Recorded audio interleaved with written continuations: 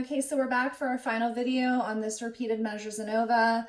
You can see I have all the data over here. I've got all of the calculations summarized over here on the left. So we're ready to fill in the ANOVA summary table and then to make a decision.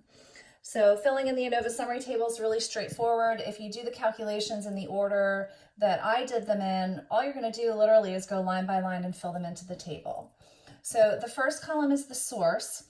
And this is basically just the little subscript that was on the sums of squares and the degrees of freedom. So we calculated something for A, for S, for A times S, and for T. So I gave these a little more important or informational label over here. So A is the treatment. So A is looking at the effect of the exams. S is the subjects. A times S is the error, and T is the total. All right, so I'm just going to go through here and fill in all the calculations that we did. So for our sums of squares, we have 112, 125.83, 40.67, and 278.5. Our degrees of freedom were 2, 5, 10, and 17. Our mean squares were 56. We did not calculate a mean square for S. And our mean square for A times S was 4.07, and then our F was 13.76. All right, so I did that fast, but it's no magic. I was just filling in the calculations that we made. All right, so for the repeated measures ANOVA, the null hypothesis is there is no treatment effect, and the alternative hypothesis is there is a treatment effect. So in order to determine whether we are rejecting or failing to reject, we need to look up our critical F.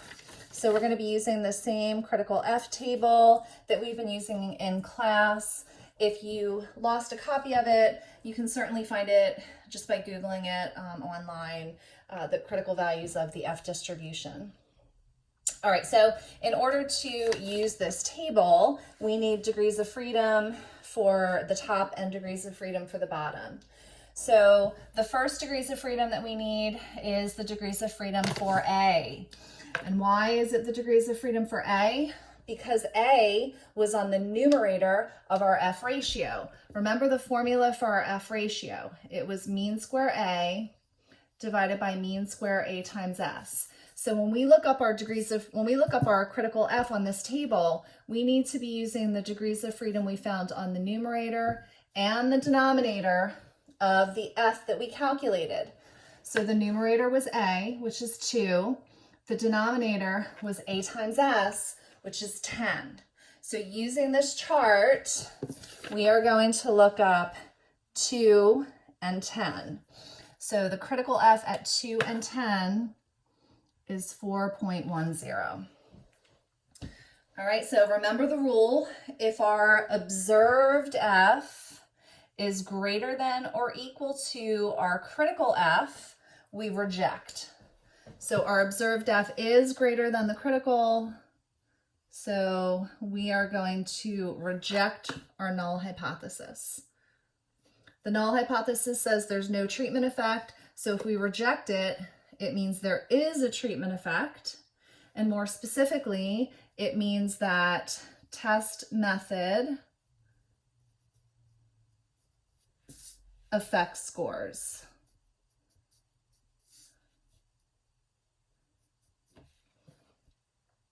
All right, and then journal format, remember I'm going to do it down here. We start with the test that we did, which is F.